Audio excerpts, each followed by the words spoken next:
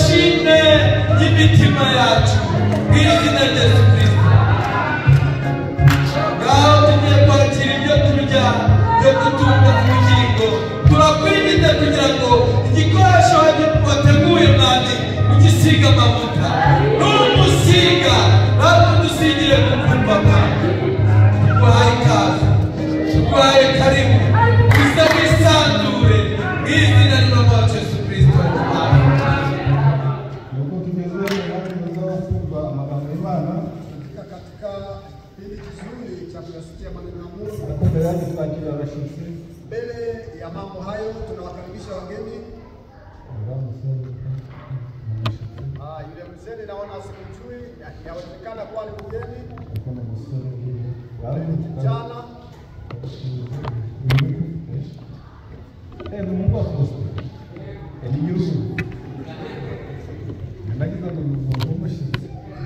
fikiri kwamba ni mgeni. Mungu akoze naona ngira ngo umushyitsi. Ni kijana wa Fosteni. Imana yakucyubahira. Mwese rero karibu imbere y'Imana. Yote makaribisho mbele ya Mungu. Tugeze mu mwanya wo kumva ijambo ry'Imana. Fika wakati wa kusikia. Mwiteguye kwakira amagambo y'Imana. Nuko Imana ihereze buri wese uburyohe Kila mtu n'amatwi yo kumva izina rya Yesu Kristo. Kera baravugaga bati nivuga rimwe wumve kabiri, nitanga igihumuro nawe utera intambwe, abakozi nibaza nawe utera intambwe, ijambo ry'ubutanga nawe utera intambwe. Ikituzana kugira ngo tugende tuva mu bibi tujya mu byiza, tuva mu bibi tuva mu ntege tujya mu mbaraga ijambo ry'Imana.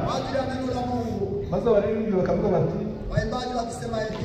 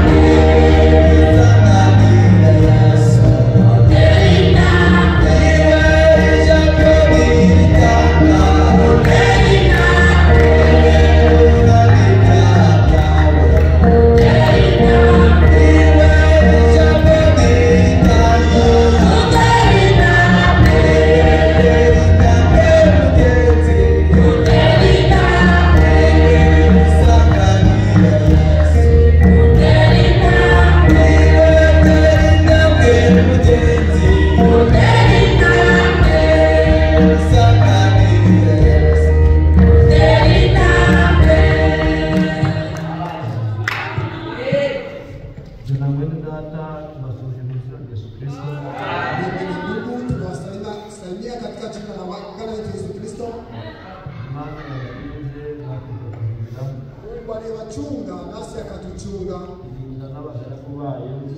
tuchunga na utumishi wake, na apewe sifa kwa jina la Yesu Kristo. Tutapandisha bendera na kitabu cha Mwanzo sura 38 kuanzia sheria 12. Tutasoma maneno machache sababu ni maneno marefu sana. Mengineyo tutaisoma tukiketi. Tutasoma kwa jina la Bwana wetu Yesu Kristo. Hashize iminsi umukobwa wa Shuwa muka Yuda arapfa. Yuda amaze kumwerera Yuda amaze kumwerera arazamuka aja i Timuna aho abagaragu be bakemuriraga intama ze. We n'inshuti ye Hina umunyaduramu babwira Tamari bati sobukwe arazamutse agiye i Timuna gukemura intama ze. Yiyambura imyenda y'umupfakazi yitwikira umwenda mu mutwe, arisesura yicara mu marembo ya Enayimu yo ku nzira ija i Timuna, kuko yabonye Shera amaze gukura iba mu muhigo amuhungure. Yuda amubonye agira ngo ni maraya, nuko yari yitwikiriye mu maso atambika aho ari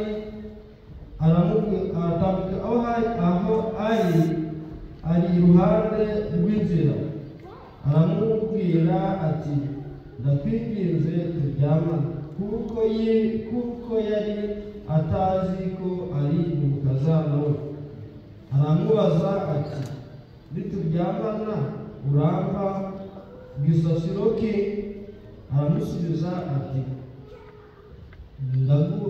ndakohereza umwana w'ihene wo mu mutungo. Aramusubiza ati urampa ingwate kugeza aho uzawohereza. Nawe aramubaza ati ndaguha ingwate ki? Aramusubiza ati mpa impeta yawe iriho ikimenyetso n'umugozi wayo n'inkoni witwaje. Arabimuha, bararyamana, amutwika inda. Arahaguruka aragenda yiyambura umwenda wo mu mutwe, yambara imyenda ye y'ubupfakazi. Yuda yohereza wa mwana w'ihene awuha wa munyaduramu inshuti ye, ngo uwo mugore amusubize ingwate, amusubize za ngwate. Aramubura, abaza abagabo bo muri uwo mudugudu yarimo ati maraya uwo ariye? Wari Enayimu, ari uruhande rw'inzira. Maraya uwo ariye wari Enayimu uruhande rw'inzira. Baramusubiza bati nta maraya wari aha. Arabasubiza ati asubira aho Yuda ari, aramubwira ati ntawe mbonye, kandi abaho bambwiye ngo nta maraya wari uhari. Yuda aramusubiza ati ntabyijanire yo gukorwa n'isoni, dore nohereje uyu mwana w'ihene maze uramubura. Hashize amezi 3 babwira Yuda bati Tamari umukazana wawe yarasambanye kandi afite inda y'ubusambanyi. Yuda arababwira ati mumusohore bamutwike. Bakimusohora atuma kuri sebukwe ati nyiribi bintu niwe watwitse iyi nda, kandi ati ndakwinginze menya nyiribi impeta iriho ikimenyetso n'imigozi yayo n'inkoni. Yuda amenya ko ari ibye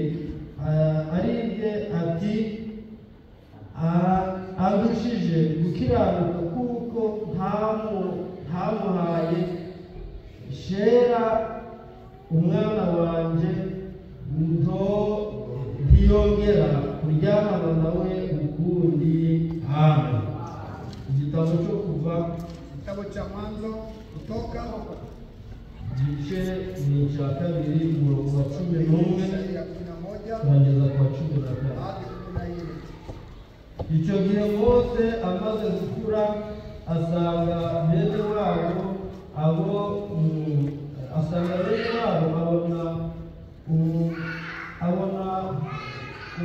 abona uburetwa barimo. Bukeye abona umunyegiputa akubita umunyaburayo muri bene wabo, arakebaguza impande zose, abona ntawumureba, abona ntawuhari, yica uwo munyegiputa amushyira mu musenyi. Bukeye bwaho arasohoka, abona abagabo babiri b'abaheburayo barwana. Abwira ugiriye undi nabi ati, ni iki gitumye ukubita mugenzi wawe? Aramusubiza ati, ninde waguhaye ubutware n'ubucamanza kuri twe? Urashaka kunyica kuko wishe wa munyegiputa? Mose aratinya, aribwira ati, ni ukuri byaramenyekanye. Amen.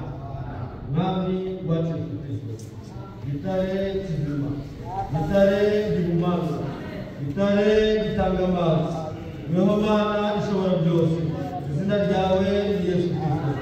Muri aya magambo amaze gusomwa, mubyeyi wacu ngwino tuvanemo ibyo kurya, habonekemo umuti wo gukiza abarwayi, utanga imbaraga ubatendeburitse, kandi habonekemo imbabazi zo kubabarira abanyabyaha.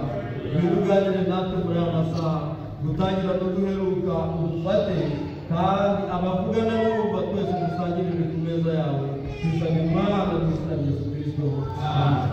Murica dushimiye Uwiteka Imana, Tunamshukuru Bwana Mungu wongeye kutubona gusa turi bazima.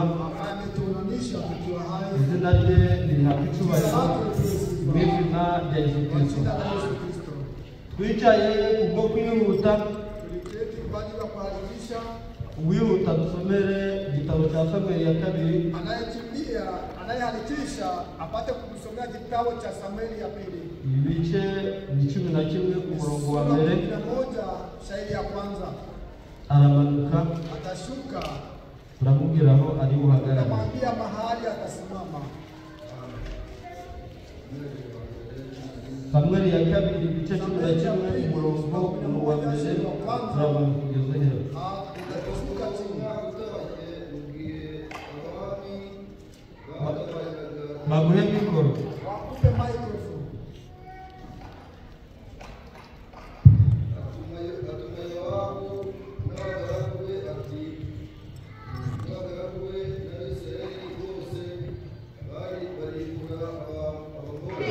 Yera ku murongo wa mbere.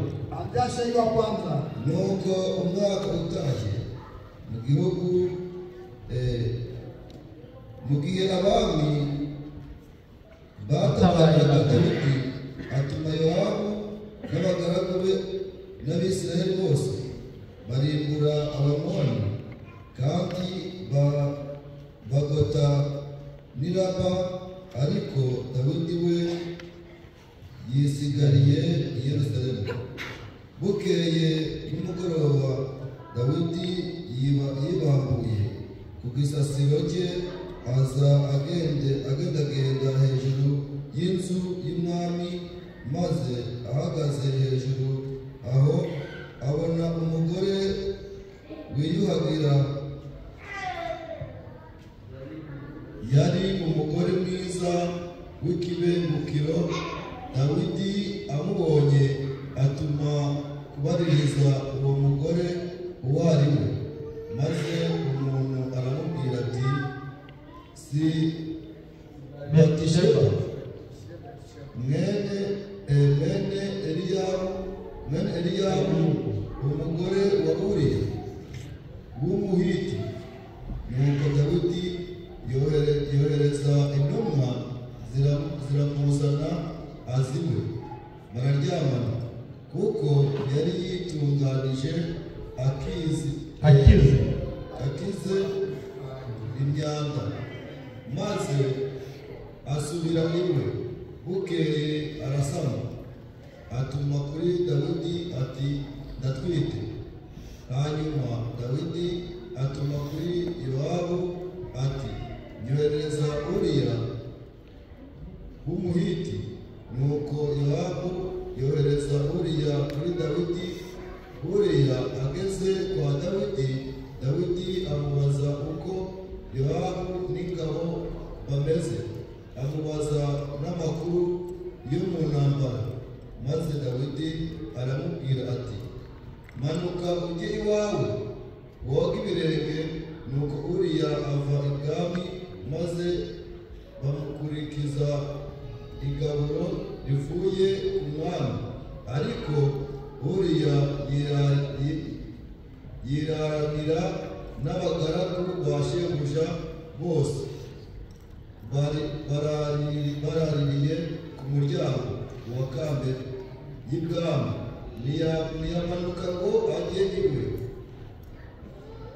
Babwiye Dawidi ko Uriya atagiye iwe.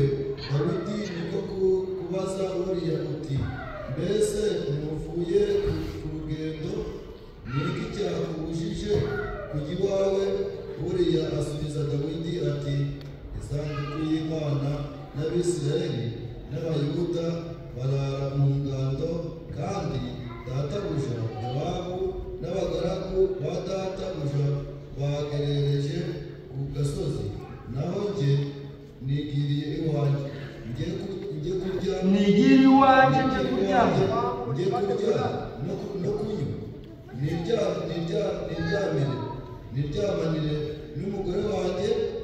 Oya, ndahiye ubugingo bwawe uko uramye, sinakora bene ibyo. Amen. Yicaye. Imana yacu ihabwa icyubahiro. Bwana Mungu apewe sifa Izina rya Yesu kwa Kristo. jina la Yesu Kristo.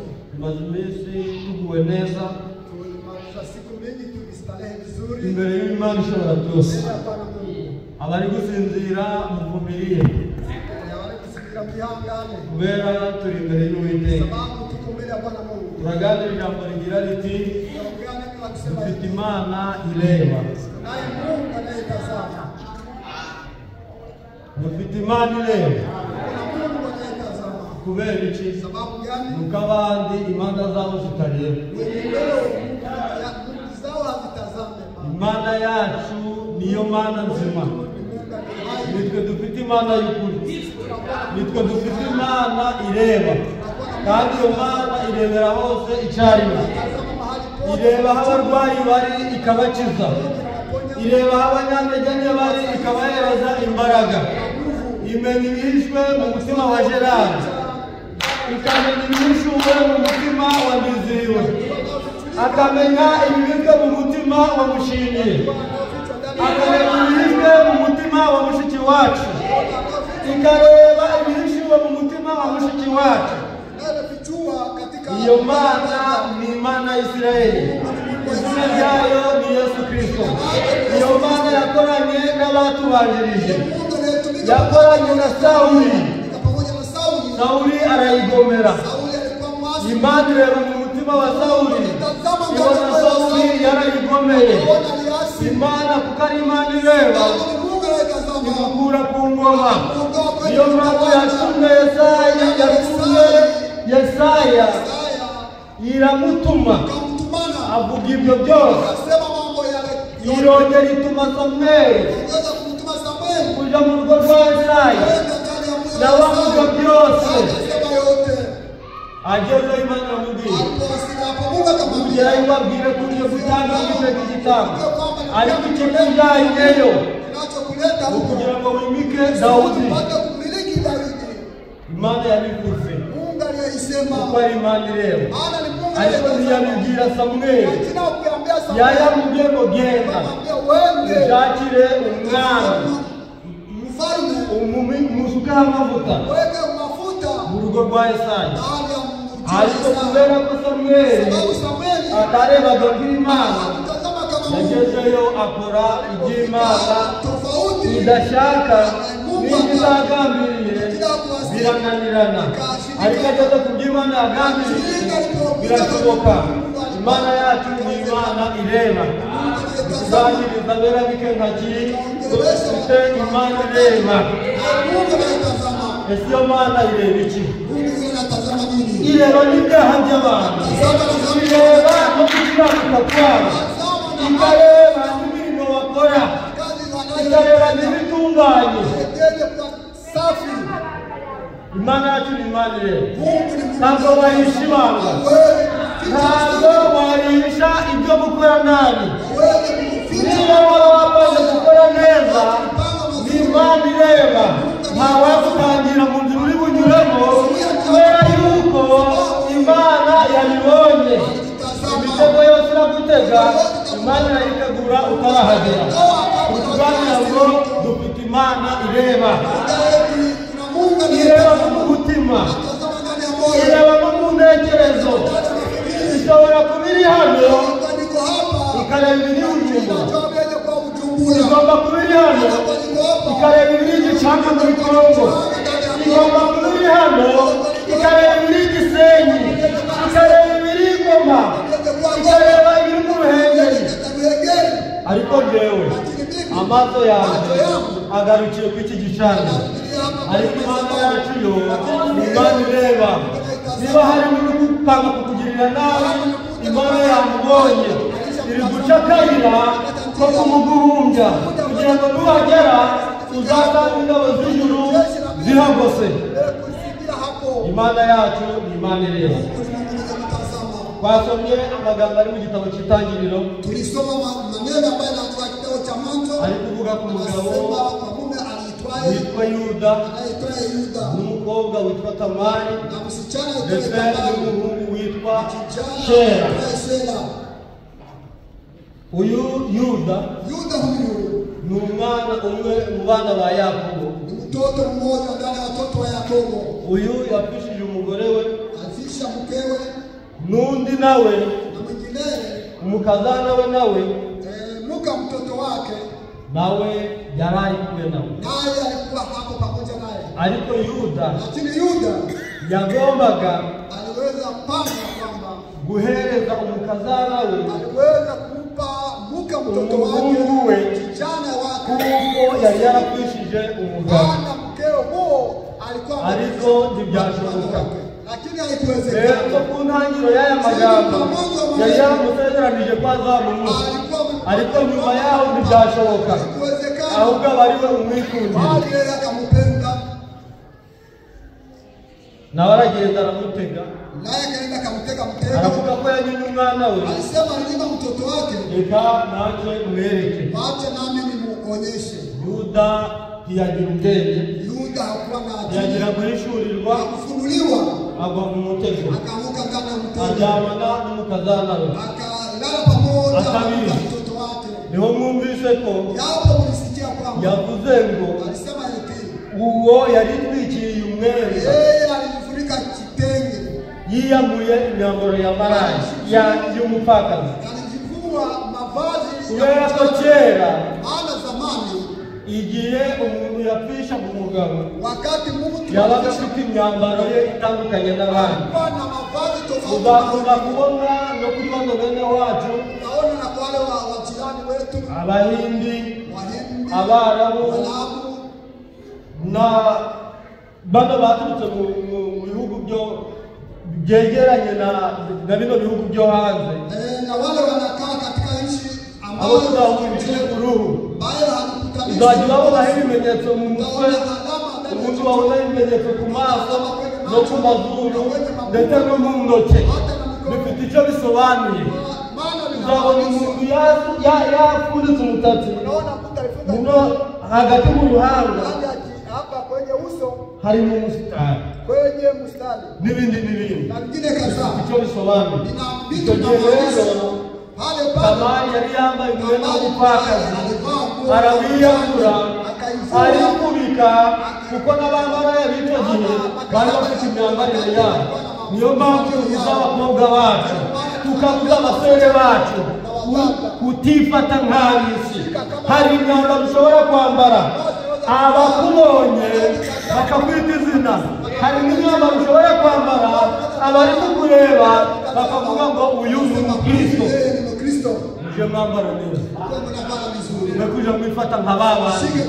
Niyo mpamvu Bibiliya itubwira iti mukifatanye na babandi, nimugase nabo, nimukambare nkabo, nimukitware nkabo, muje mwifata nk'abana b'Imana.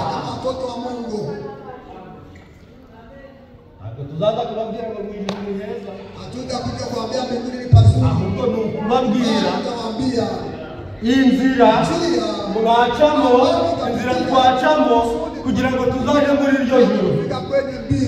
Mwijuru ni heza ariko kubakiranutsi, mwijuru ni heza ariko kubeza, mwijuru ni heza kubemera iparole kandi bakarituramo. Niyo mpamvu tugomba kwifata neza. Twari turiho ni Yuda aryamana n'umukazana we, ariko aramubwira ati mbere y'uko turyamana manza ubereze ingwate.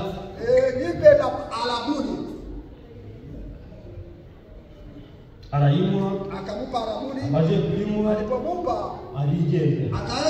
Amaze kugenda yohereza umwana w'ihene, akamtuma mtoto yohereza umwana w'ihene alipomtumia awaye Adulamu, agezeyo aramubura, akamkosa.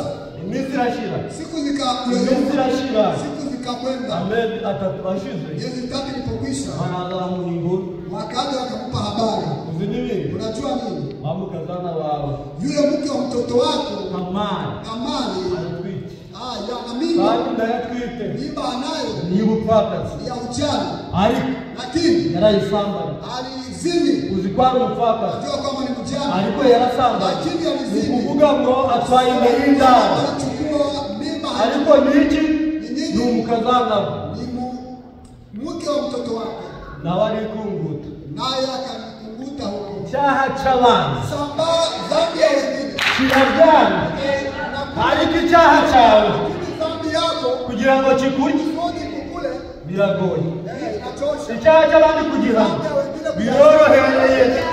Icyaha cy'abandi Dhambi ya wengine umuntu azavuga ngo runaka yakoze ibyaha, niwe uramwica. Hari igihe wagira speed utakuruta muri hayo, haraka ya kutia ndani ya hayo. genza gake, genza gake, Tembea pole pole. ninde mukiranutsi? Nani mwenye haki? Yuda Aravuga ati, akasema eti umusohoro bamutwike. ondoweni bamulunguze. Kweli koko bamutwike Bamulunguze bubana bwangu, haraka sana. Tamari mukazana we, Ambali kwa mtoto wako, umusohoro bamutwike. ondoweni bamulunguze.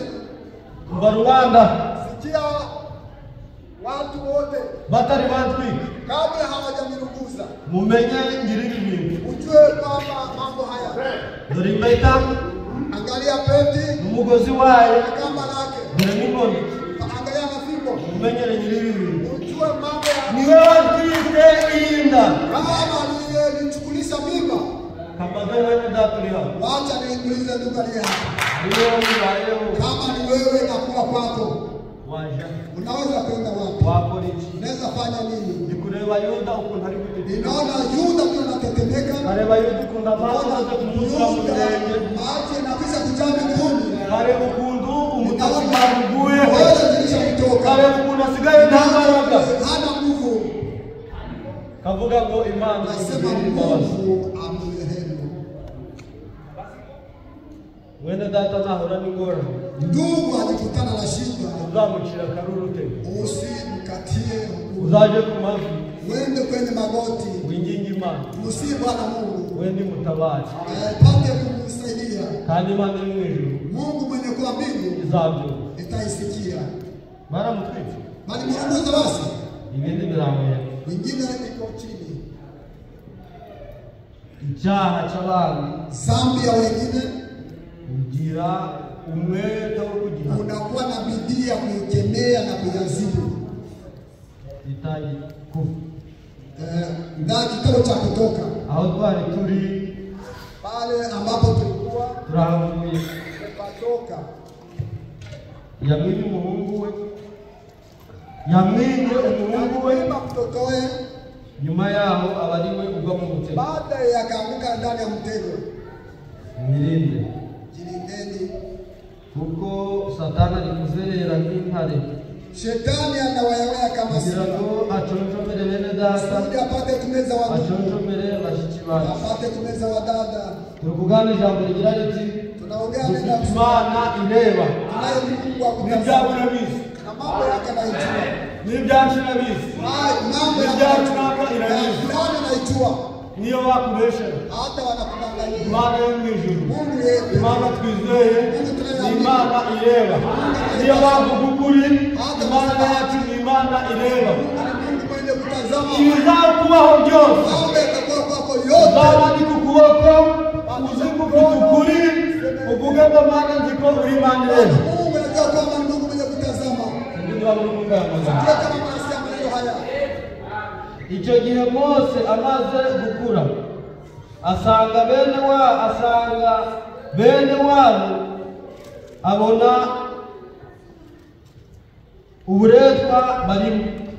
Bukeye abona umunyegiputa akubita umuheburayo muri bene wabo, Ndani ya jamaa lao akebaguza impande zose, abona ntawe uhari. Uyu ni Mose yakebaguje impande zose, kwamba macho mahali pote, abona nta muntu uri kumureba. hakuna mtu mwenye kumtazama. Babyandikiye iki? Baliandikia nini? Dufite Imana ireba. Tunaye Mungu wa kutazama. Imana yacu Mungu wetu ni Imana ireba. ni Mungu anayetazama. Arakebaguza abona ari ntawe uhari, Aliona hakuna mtu, yica uwo munyegiputa, akaua mule wa Misri, yica uwo munyegiputa, akaua wale Misri, amuhisha mu musenyi. akamficha kwenye mchanga. Ajya ninde wamubonye wari uhari? Ni nani alimuona? Nenda rimbari. Mimi nilikuwa wazi. Amenya si yari ahari, Basi amenya wewe ulikuwa. ategeka wari uhari, Ulikuwa. ngo ndizo wari uhari. Wewe ulikuwa. Amuhisha mu musenyi no ku kibyago. Mchanga. Sababu gani? Nuko dufite Imana ireba, yarabibonye, ntatahishwe munsi y'ijuru itazamenyekana. Ikizabaho cyose dufite Imana ireba. Iyo Mana niyo twizerwa, abayizeye ntabwo bazakorwa n'isoni. Naho bakurenganya, dufite Imana ireba. Imana yacu ibavugisha mu izina rya Yesu Kristo. Amuhisha mu musenyi, Akamficha ndani ya mchanga. mu musenyi. Ndani ya mchanga.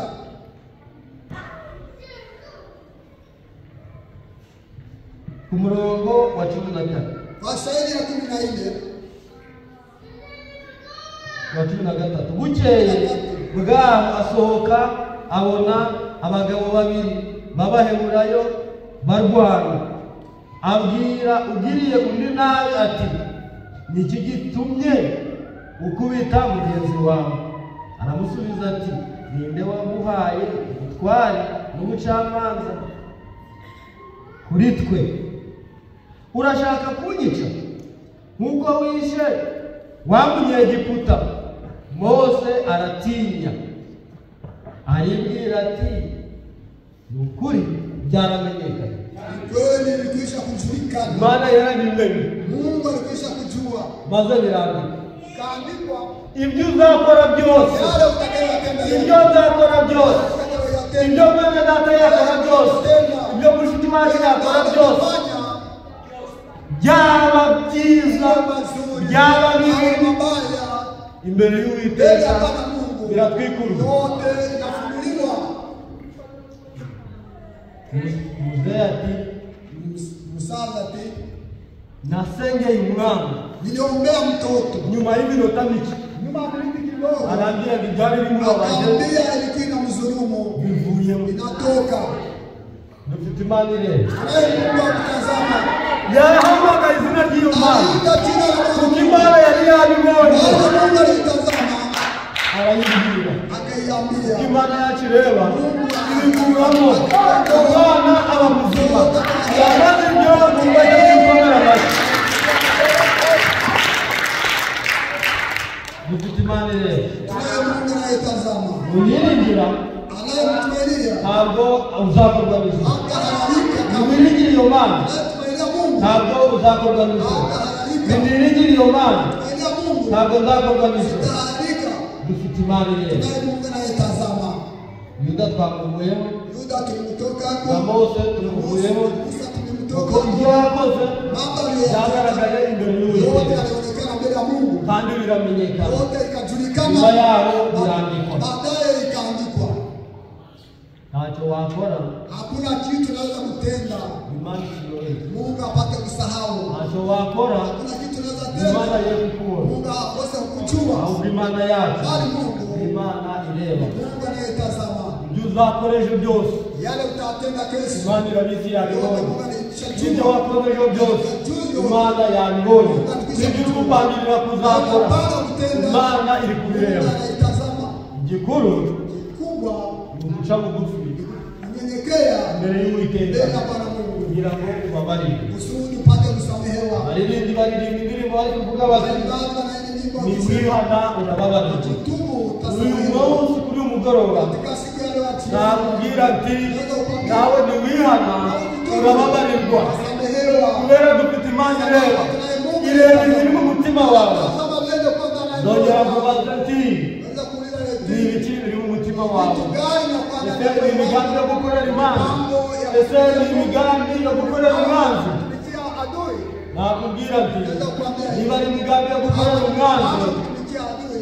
hinduka Adilika kubera umwanzi sababu adui ntagira impuhwe hana kuko nta bana agira hana watoto. ntagira sekuru ntagira nyirakuru ntagira nyirarume ntagira se ntagira nyina ntagira umwana ntagira umwuzukuru ahubwo abo ufite bawe ashaka kubagukuraho kugira ngo usigare umeze nk'igiti cy'umwokore rero ndikubwira ngo hunga udapfa hunga uwo mwanzi hunga udapfa dufite Imana ireba niyo mpamvu iri kutubwira ngo tuyihungireho kandi tuyikoreze amaganya yacu yose kuko yita kuri twe kandi tuyikoreze amaganya yacu yose igihe kizagera izahanagura amarira yacu yose ku maso yacu kurira no kubabara ntabwo bizongera kuba kubizera ahubwo bazanezerwa bari mu bukwe bw'umwana w'intama Imana ibahe umugisha mu izina rya Yesu Kristo. Samweli wa kabiri Samweli wa kabiri Samueli wa pili ni hahandi badusomeye yapo hapo walitusomea nuko umwaka utashye mu gihe abami batabariraga Dawudi atuma Yowabu n'abagaragu be n'Abisirayeli bose barimbura Abamoni kandi bagota Niraba ariko Dawudi we yisigariye i Yerusalemu. Bukeye nimugoroba Dawudi yibambuye Dawudi abyutse amuka toka usingizini. abandi ntabwo baryama ntabwo babyukaga ahubwo babaga bibambuye Wale walikuwa wameamuka. nuko Dawudi yibambuye Daudi alipoamuka, uwo ni Dawudi ule ni Daudi yibambuye alipoamuka ku gisasiro katika kitanda aho chake. niho murabyumva neza Yapo yari mtanisaidia. yibambuye ku gisasiro Aliamuka kwenye kitanda igisasiro chake. cye Kwenye kitanda chake. aza agendagenda Alitembea hejuru y'inzu y'ibwami nyumba yake. hejuru y'inzu y'umwami Juu ya nyumba mfalme. maze ahagaze hejuru Aliposimama juu, aho abona umugore akaona mke wiyuhagira anayenawa. yari umugore mwiza Alikuwa mwanamke mrembo. w'ikibengukiro Alikuwa mwanamke mrembo mambo anayotafutiwa na Dawudi watu. amubonye atuma kubaririza uwo mugore wayo, Akaeleza yule ni mke wa wapi. maze umuntu aramubwira ati Mtu akamwambia si Betisheba Betseba mwene Eliyamu toa Miriamu umugore wa Uriya mke wa Uria umuheti. wa Muheti. Nuko Dawudi Daudi yohereza akatuma intumwa mjumbe ziramuzana, zikamleta. araza iwe, Akaja kwake bararyamana. wakalala pamoja naye. Nuko yari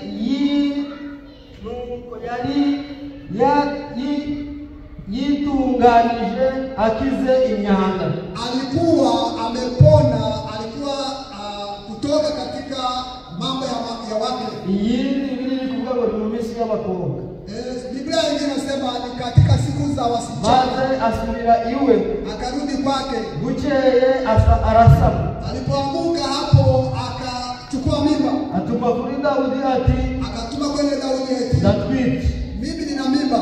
Hanyuma Dawudi Baadaye Daudi atuma kuri Yowabu ati atumia yohereza Uriya tumia Uria Umuhiti. Uhiti. Nuko Yowabu yohereza Uriya Yoabu akatuma Uria kuri Dawudi. kwenye Daudi. Uriya ageze kwa Dawudi, Alipofika kwa Daudi Dawudi amubaza uko akamuuliza eti Yowabu n'ingabo na majeshi ameze. vile wako. Amusubiza akamujibia n'amakuru yo mu ntambara. ya habari za vita. Maze Dawudi aramubwira ati Daudi akamwambia eti manuka uje iwawe, shuka wende kwako woge ibirenge. uoshe miguu. Nuko Uriya ava ibwami, Uria akatoka ufalme ikuluni, maze bamukurikiza igaburo. wakamfuata na chakula. Ndiyo bisobanuye neza. Na tafsiri nzuri.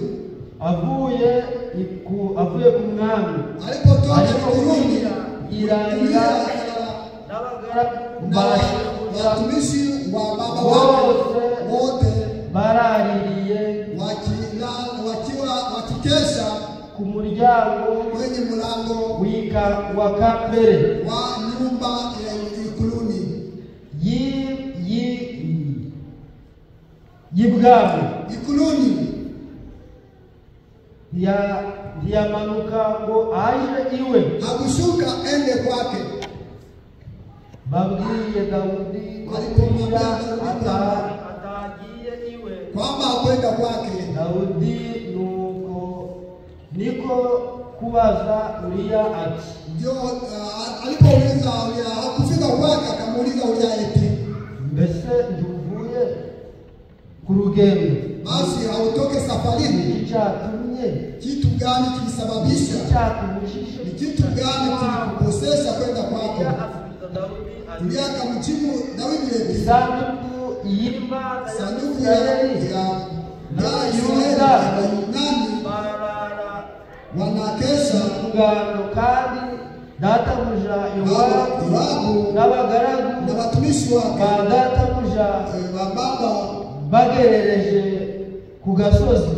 nawe kinana na Naho baba nanje nani nigire iwanjye, nani mpate kwenda kwangu nje kurya no kunywa, kula na kunywa, niryamire nilale n'umugore wanjye. pamoja na mke? Oya, Hapana, ndahiye ubugingo bwawe nitalapa uhai wangu, uko ari uko uramye, maana unaishi. sinakora bene ibyo. Siwezi kutenda mambo kama yale. Dawudi abwira Uriya ati Daudi akamwambia Uria eti sibira hano uyu munsi, baki hapa siku ya leo, n'ejo hata kesho nzabone kugusezerera. nipate kukuaga. Nuko Uriya asubira Uria akashinda huko i Yerusalemu pale Yerusalemu uwo munsi siku ile n'uwa kabiri. na siku ya pili. Amen. Amina. Ibindi biri hepfo, Mengine kadhaa ariko iyi ni inkuru hii ni habari iteye ubwoba ambayo inatisha kuri buri wese. kwa kila Ari awali mu yote, cyaha cy'undi lakini dhambi ya mwingine kugira kugihana biroroshye. Kukiadhibu na kujitembea ni vyepesi. Icyaha cyundi Dhambi ya mwingine kugihana biroroshye. kutembea inakuwa vyepesi. Igihe abantu bari bari mu ntambara, Wakati wafalme walikuwa vitani, Dawudi yohereza abasirikare Daudi akawatuma majeshi bajyana na Uriya. wakaenda pamoja na Uria. Kandi usomye Bibiliya itubwira neza yuko Soma Biblia inatuambia kwamba abasirikare ba Dawudi, wale majeshi ya Daudi Uriya yari intwari. Uria alikuwa shujaa. Kandi no mu musomyi mwabyumvise, Ya msomi Uriya yabonye ko abagaragu bashebuja n'abasirikare bari ku rugamba, aravuga ati sinshobora akasema siwezi. kubona abagaragu ba databuja n'abasirikare bagerereje bari ku rugamba, bari mu ntambara, nanjye njye mu rugo nikorera umunsi mukuru, njye n'umugore wanjye turye tunywe maze twinezeze. Ntibyashoboka, ahubwo turarara tutambitse turi kubasengera, turi gutabaza Imana yacu kugira ngo ibabeshereze. Ariko Bibiliya yatubwiye ko Dawidi yari yaraye mu rugo, ni ukuvuga ngo yari yasubiye amateraniro. Igihe uzasubira amateraniro uzahura n'ingorane iyo Dawudi yahuye nayo. Muje gutera, Wewe mnakusanyika, ntabwo tuzababwira ko mu ijuru ari heza, hatutawaambia kwamba mbinguni ni pazuri, uhakorera patumikia kandi bisabye kuzahembwe ari uko wakoze. Nusubira amateraniro utarwaye utarwajije ni icyaha.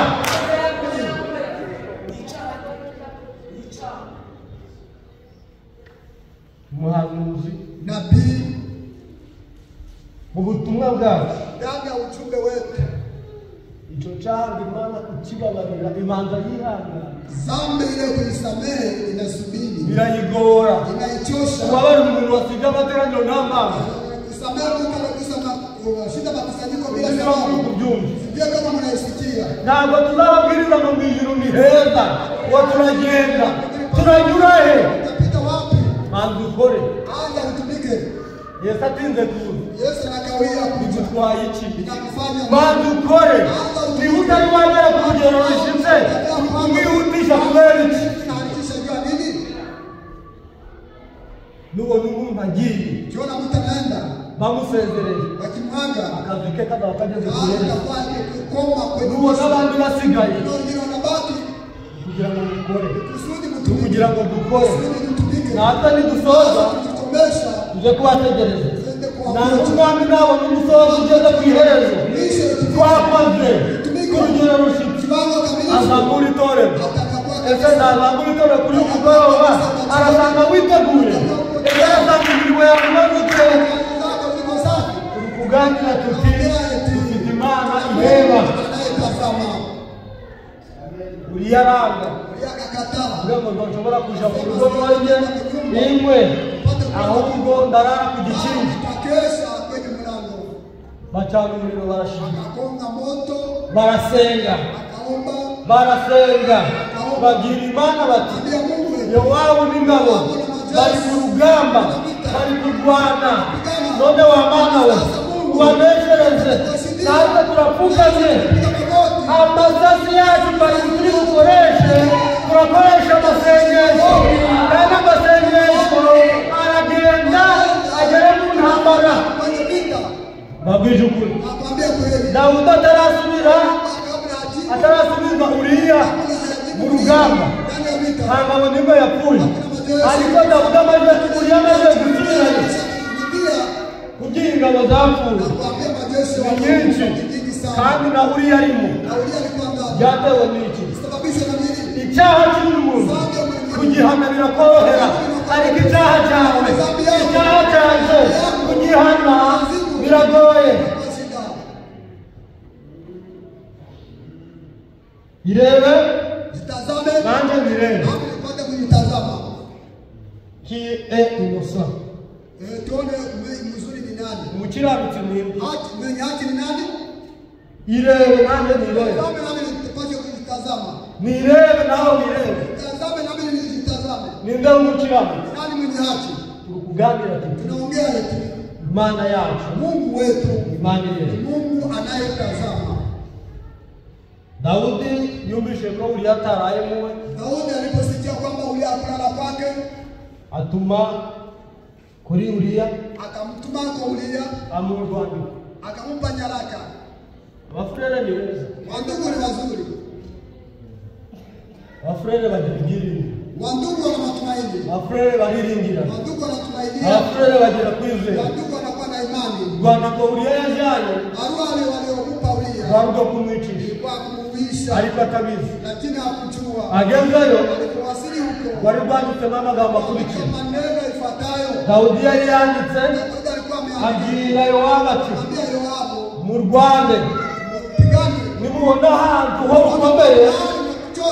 Uriya muzamushira imbere.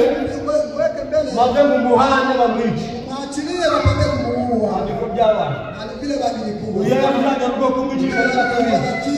Kubera kwizera kw'abafurere no kwiringirana no kwiringira Imana no kumenya ko mwene data ari mwiza no kumenya ko mushiki wacu ari mwiza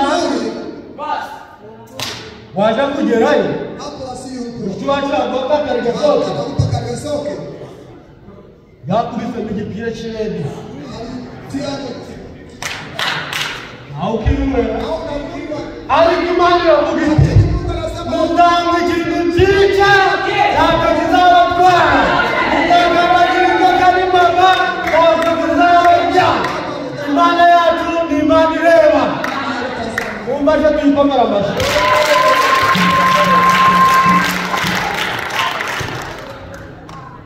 urwandiko Uriya yajanye barua ambayo Uriya alichukua rwari rwo kumwicisha ilikuwa kumwisha ariko agezeyo alipowasili huko ntabyo yitayeho hakujali na kitu waba bisomye Yowabu aliposoma akora nk'uko umwami Dawudi yakoze alitenda kama kufanya baramuhana akamwachilia baramwica akamuua yohereza intumwa akatuma habari ibyo ntibyanditswe hayo ni maandiko ni inkuru ndende turisomye twarara hano tunaweza kulala aramubwira ati akamwambia yote abagaragu bawe mtumishi wako twahuye n'ibibazo kutana shida abasirikare bose jeshi wote twahuye n'ibibazo kutana shida hehe wapi mu ntambara ndani ya vita twarwanye tulipigana baratunesha akatushinda byagenze bite wache ngo twegereye umudugudu cyane ya mwingi sana baraturwanya akatupiganisha bica abagaragu b'intwari abasirikare b'intwari babishe ndetse n'umugaragu wawe wa musirikare mukuru wa ntwari ufite imbete wa wundi wiringirwa wa mwene data muri umwuka wera wa mwene data ukorera Imana nta buryarya nta gushidikanya yigiriye Imana tuzamuhemba tutamlipa awe bamurashe naye walimpiga masasi urwandiko rwa kabiri barua ya pili ariko ni umuntu wagiye ni mtu aliyoenda huko umusirikare agiye kubika jeshi aliyofika huko kubika toa habari kuko byagenze kwa Yobu kama ilifika kwa Ayubu ariko intego ya Dawudi yari lakini lengo la Daudi lilikuwa gani kugira ngo Dawudi ibyo byanditse mambo yaandikwe hari aho byaciye hari aho byanyuze byabaye ngombwa ko akora bisabye ngo nawe ukore ibyawe bizanditswe kugira ngo byaturutse ibihembo byanjye byabihabwe bifite aho binyuze ni ugukora ugakora bamwe baranira bagapfukama bakinginga Imana amavi agakoroka kugira ngo tuzaheze kusudi tupate kulipwa tuzabona kuna kitu utapata utamanjire kuruha bila kuchoka nta tuzabona utapata udakoze kama utumike ubwandu ijambo rigira riti bila neno la kusema Imana ireba Mungu anayetazama intego ya Dawudi lengo la Daudi hari ukugira ngo ilikuwa kusema ibyo yakoze bisimangane mambo yote apate kufutikana byaba byarasimanganye kweli basi ifutikana basi dusomere 12 muzee tusomee 12 mzee mbere ku murongo wa mbere Atasha ile wa kwanza usome kabisa umurongo wa 10 igice cya 12 sura 12 mbere ku murongo wa mbere kwanza shairi wa kwanza fungura mikoro yawe Fungua maiko yako. Bukeye Uwiteka atuma Natani kuri Dawidi. Ageze iwe aramubwira ati habayeho abantu babiri mu mudugudu umwe yari umutunzi undi yari umukene. Kandi uwo mutunzi yari afite amashyo y'inka n'intama nyinshi cyane, ariko uwo mukene we ntacyo yari afite keretse akagazi k'intama yari yaguze akakarera,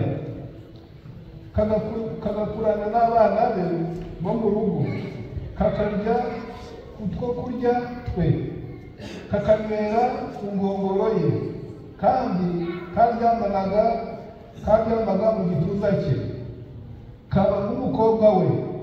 Bukeye haza umugenzi kwa mutunzi. Bukeye haza umugenzi kwa wa mutunzi. Umubi Uwenda mbaya anachukua nana ng'ombe zake. Umubi uwenda mu nka ze cyangwa mu ntama ze, wazizimanire uwo mushyitsi wamugendereye, ahubwo ajya kwenda wa mwagazi w'intama wa wa mukene, awuzimanira umushyitsi we. Maze Dawidi aherako arakarira uwo mugabo cyane, niko kubwira Natani ati ndahiye Uwiteka uhoraho, umuntu wakoze bene ibyo akwiriye gupfa, kandi azarahira umwana w'intama 4, kuko yakoze ibimeze bityo, kandi kuko atagira impuhwe. Nuko Natani abwira Dawidi ati erega uwo mugabo ni wowe. Uku ni ko Uwiteka Imana y'Isiraheli ivuze iti nakwimikishije amavuta ngo ube umwami w'Isiraheli, ngukize amaboko ya Sawuli, nguha inzu ya shobuja, nguha n'abagore be baragusegura, kandi ngugabira umuryango w'Isiraheli n'uwa Yuda. Kandi iyo biba byarabaye bike, mba narakongereyeho ibindi. Ni iki cyatumye usuzugura ijambo ry'Uwiteka, ugahangara gukora ibyangwa nawe wicishije Uriya w'Umuhiti inkota, kandi ugacyura umugore we umugira uwawe, kandi Uriya umwicisha inkota y'Abamoni. Nuko rero inkota ntabwo izava mu rugo rwawe iteka ryose, kuko wansuzuguye ugacyura umugore wa Uriya w'Umuhiti ukamugira uwawe. Nuko Uwiteka avuze ati umva, nzaguhagurukiriza ibyago bivuye mu rugo rwawe, kandi nzatwara abagore bawe ureba, mbaho umuturanyi wawe abyamanire nabo ku itangaza ry'izuba. Wowe wabikoreye mu rwihisho, ariko nje nzabikorera imbere y'Abisirayeli bose ku mugaragaro izuba riva. Nuko Dawidi abwira Natani ati nacumuye ku Uwiteka. Natani abwira Dawidi ati nuko rero Uwiteka yagukuyeho icyaha cyawe, nturi bupfe, ariko kuko wahaye abanzi b'Uwiteka urwitwazo runini rwo kubutuka, kubw'icyo wakoze icyo, umwana uzavuka ntazabura gupfa. Natani aherako asubiriwe. Amen. Mali umugisha.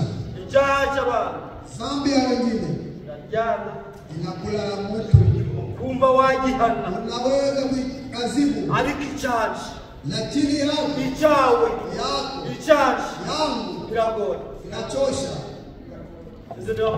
Sijui kama naisikia. icyaha cyawe Zambi yako biroroshye kugirisha, nyepesi kuficha, ariko icy'abandi lakini wengine kugenda uraririmba kwa tunaimba ikakubera indirimbo, na kwa nyimbo kwako wagabanya usipunguze, wamanga wareba ibyawe uone mambo yako ko byamenyekanye nawe kama ilikuwa kujulikana. ibya Mose byashyizwe ku mugaragaro kubera yuko Imana ireba n'ibyawe nabyo n'ibyanjye nabyo n'iby'abandi nabyo Imana izabishyira ku mugaragaro.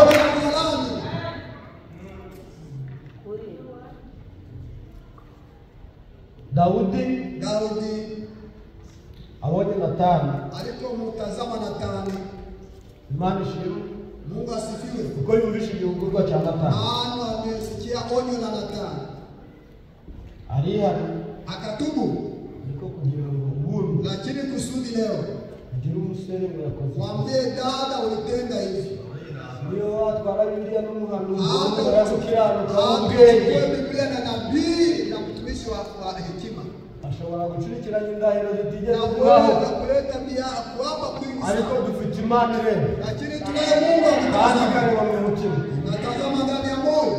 Hari n'abatukana ku mugaragaro, Kuna wale wanakufuru wenzao kwa hadharani, ariko kugira ngo bazabyihane kusudi wapate kutubu, biragoye. inachosha. Hari n'ibikorwa duhishwe, Kuna wale kutenda katika uficho, abakozi bagahamagara umuntu watumishi wanaita mtu Efurani, ibintu bite bimeze bite, vitu viko je, akarahira anaapa. hari hombe. Kulikuwa nani? Wacu sidusabaga batema, Basi tunaomba mapembe. dufite Imana ireba Tunaye Mungu akutazama, kandi iyo Mana huyo Mungu niyo twizeye, iyo Mana nizaca urubanza, izajya mbere y'uko ujya mu ijuru, izajya mbere y'uko ujya mu ijuru, mbere y'uko tujya mu ijuru, kwenda mbinguni. imanza twasahihisha kugira ngo natwe tuzabone kujya mu ijuru. Ili tupate kwenda mbinguni. Petero akora icyaha, Petro akatenda dhambi. nta muntu wamuguye, ahubwo isaki, isaki inkoko niyo yahuguye Petero. Toi mmoja. Petero aravuga ati, Akasema eti, Mana urakoze Mungu asante. kuko unyohereje igihugurwa, Tunaonyo kwangu. imbabazi wagiriye bazabakuza abandi banyuze, nanjye ndazisabye, nakoze ibyaha nihakana umwami wanje, none mbabarira. Samahani. Nta byabujije Yuda kukibona, Kosesha Yuda kujitundika igisambo ku musaraba, mwili kwenye msalaba. imisumari mu biganza no mu birenge, amaraso ari kuva, Damu ilitiririka. gishinyagurira umwami Yesu. Akaziachi Bwana Mungu. Ikindi ruhande Ile pembeni. biri muri Luka 23 Ndani ya Luka 23. ku murongo wa 24 ngera na kabiri. 24 na pili labda. Ikindi kiravuga kiti, Kingine kikasema, kimwe kiravuga kiti, moja kikasema eti, wewe uri umwami, wewe ni mfalme. nayikure ku musaraba Toa ndani msalaba. winjize natwe dukize. Upate kutuponya. Ikindi ku musaraba Kile kwenye kiravuga, msalaba kikakukionya. wagiye umenya ibyawe. Kwa mambo yako. Uyu uramuzi, Unamjua? uramuzi Unamjua huyu? icyaha cy'abantu Dhambi ya wengine. kugihana birihuse. Tembea ni vyepesi. Wagize mu bintu umunyabyaha ngawe, Mwenye dhambi kama wewe. twabakaga abagore n'abandi, Kamata twaribaga, iba. twakoraga iki, Tenda mambo kadhaa. twarabagaga, Tunaroga watu. twari twarakoze ibintu byinshi. Mambo mengi kadhaa. None uyu munsi wa Efuramu Sasa inakuwa mwisho. baradufasha, Mambo ikishika. none uyu muzima ameze bwawe, Kama iko sawa. uyu ni umuziranenge. Huyu ni mtu hana najisi. Data mwana, Sasa mfalme. ubwo uzagera mu bwami bwawe Asikaje ufalme. uzayibuke Kumbuke Yesu nawe ati, Yesu eti ntabwo ari kera, sio zamani. ntabwo ari kera, Sio zamani. ntabwo ari kera, Zamani. kwihana ntabwo ari ejo, Sio kesho. kujya mu ijuru ni hari ejo, kujya mu ijuru gutura mu ijambo, Leo Imana ikakwemera ikakubaho gukiranuka. sabia haki. Ngo guhera uyu munsi Leo turabana muri paradiso. ndani ya paradiso. Daudi nawe Daudi eti babimubwiye, walipomwambia mambo hayo, ufite Bibiliya shideo, ndio na Biblia dusomere Zaburi isomee Zaburi 139 139 uhereye ku murongo wa mbere ugeze ku wa kuanzia shairi wa kwanza hadi 12.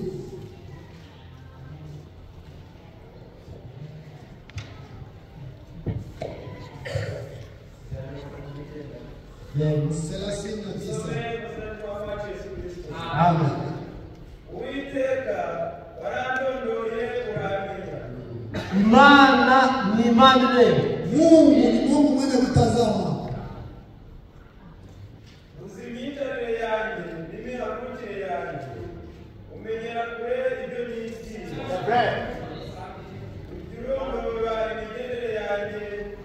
imiryamire yanjye mu nzira zanjye zose uko ijambo ritaraba mu rurimi rwanjye uba umaze kubimenya rwose iteka ungose inyuma n'imbere ushyizeho ukuboko kwawe kumenya ibikomeye bityo ni igitangaza kinanira uransumba simbasha kugeraho ndahungira umwuka wawe ndahungira mu maso wawe nazamuka nkajya mu ijuru uriyo nazaza ubirukana ikuzimu uriyo nakwenda amababa y'umuseke ugatura ku mpera y'inyanja aho naho ukuboko kwawe kwahatorera ukuboko kwawe kw'iburyo kwahafatira nakwibwira nti ni ukuri umujinya niwo ushumikire umwijima byiza nakwibwira nti ni ukuri umwijima niwo ushumikire umucyo wose uhinduke ijoro